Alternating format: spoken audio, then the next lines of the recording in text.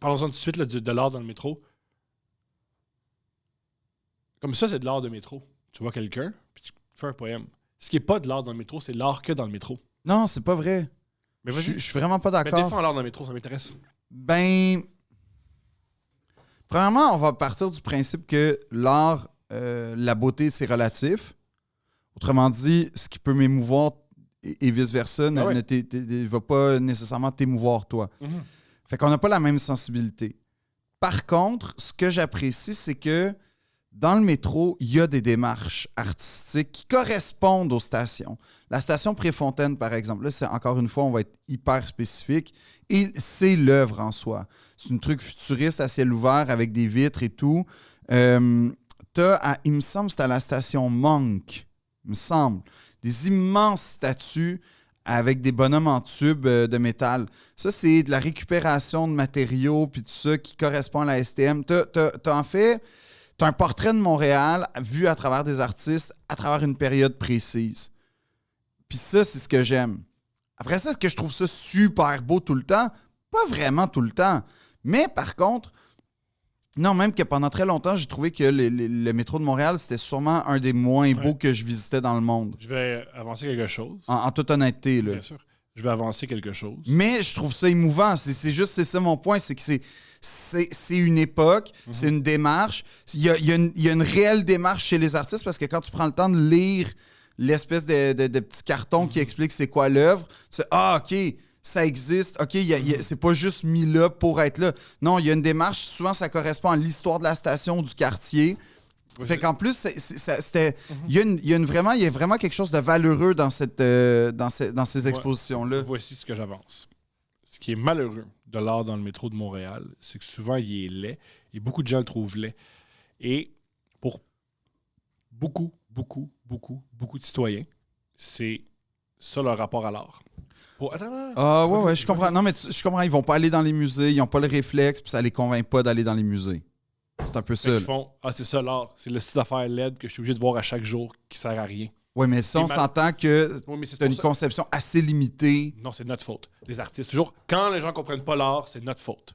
Les artistes. Quand je vais sur scène, les gens me comprennent pas, c'est ma faute. Non, mais ça peut... Oui, mais attends, OK. J'ai pas fini.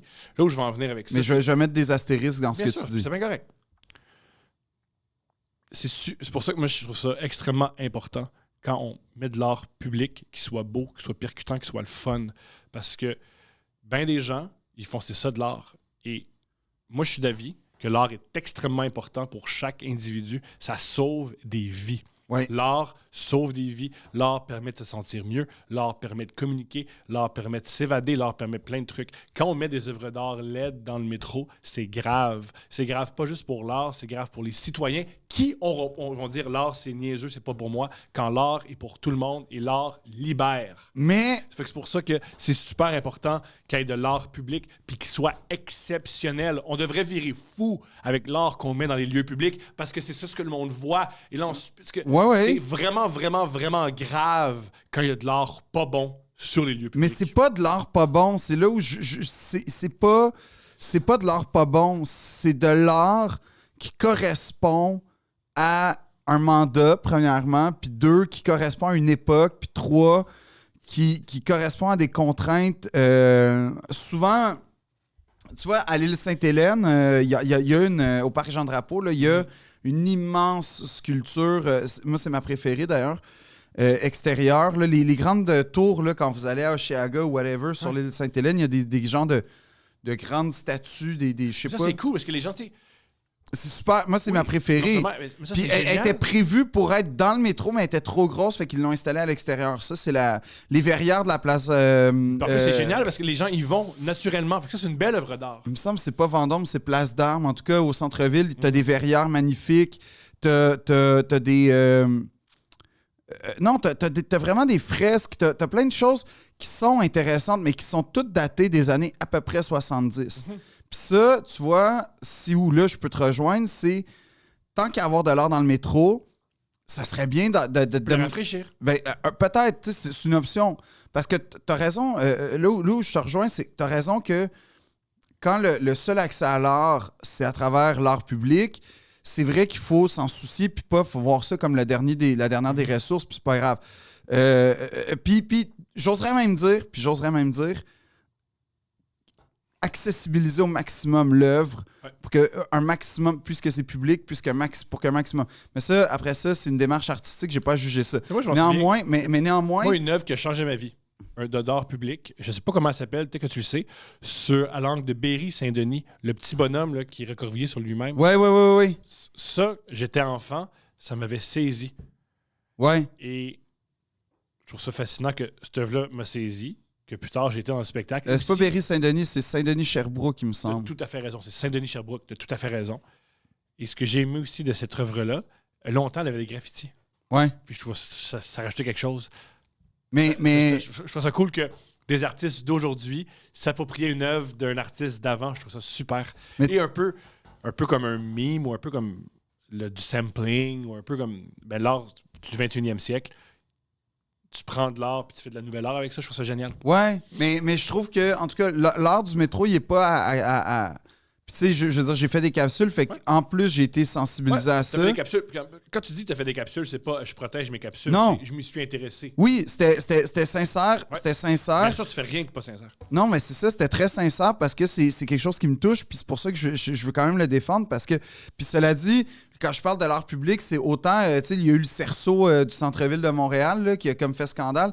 Mais je vais me permettre de te raconter, parlant d'art public, sûrement un des plus beaux moments de toute ma carrière, je pense de ma vie, Génial. littéralement.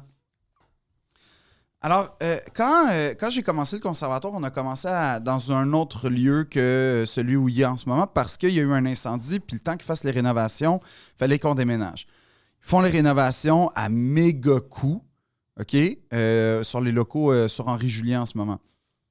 Et c'est hyper... tu sais, ils ont strippé un bâtiment au complet pour le refaire 100% pour le conservatoire musique, théâtre, puis l'ENAP, l'École d'administration publique. Puis, comme à chaque fois, tu regardes les plans, puis c'est grandiose, ça va être du bois, il va y avoir des fontaines, puis tu sais, j'exagère, mais pour vrai, c'était censé être en bois. Puis là, tu arrives, puis là, finalement, non seulement ils n'ont pas le budget pour le bois, mais tout est en béton, fait que c'est anti-bois à mort. Oh. À cause du bois, l'harmonie des couleurs ne fit plus parce que le bois devait harmoniser, fait que c'est comme gris, puis c'est pas super beau. Puis, le hall d'entrée, c'était censé être la pruche qui fait... C'est comme 5-6 étages qui montent, c'est comme une caisse de 5-6 étages qui monte. Fait que c'était censé être tout en bois. Fait que c'est beau. Mais comme ils n'ont pas eu le budget, ce qu'ils ont fait, c'est qu'ils ont comme reproduit à la peinture, en agrandissant la texture du bois. Fait que les rayures, les zébrages du bois. Fait que t'as l'impression de rentrer genre chez Amazon Jungle, je sais pas quoi. C'est vraiment bizarre. Mais bref, il y avait ce qu'on appelait le 2%. Parce que quand t'as un projet public, en général, t'as 2% qui est consacré à une œuvre d'art. 2% du budget total qui est consacré à une œuvre d'art. Mm-hmm. D'où peut-être aussi le mystère de pourquoi une œuvre peut coûter 5 millions quand t'es public. Parce que regardez le prix total du projet duquel elle est issu. Bref, l'œuvre... on voit l'année commence, puis on commence à voir l'artiste arriver parce que c'était dans la Verrière, le lieu commun.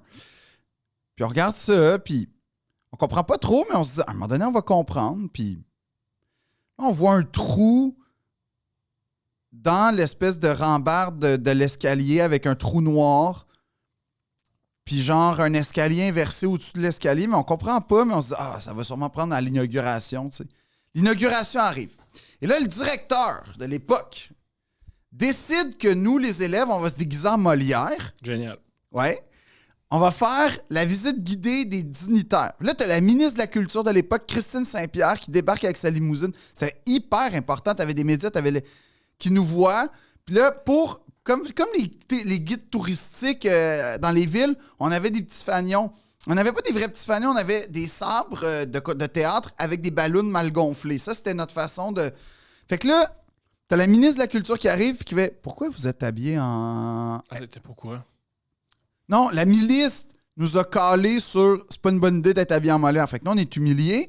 Mais là, ça, c'était sans compter le fait qu'il allait avoir le grand dévoilement, grand déploiement de l'œuvre publique.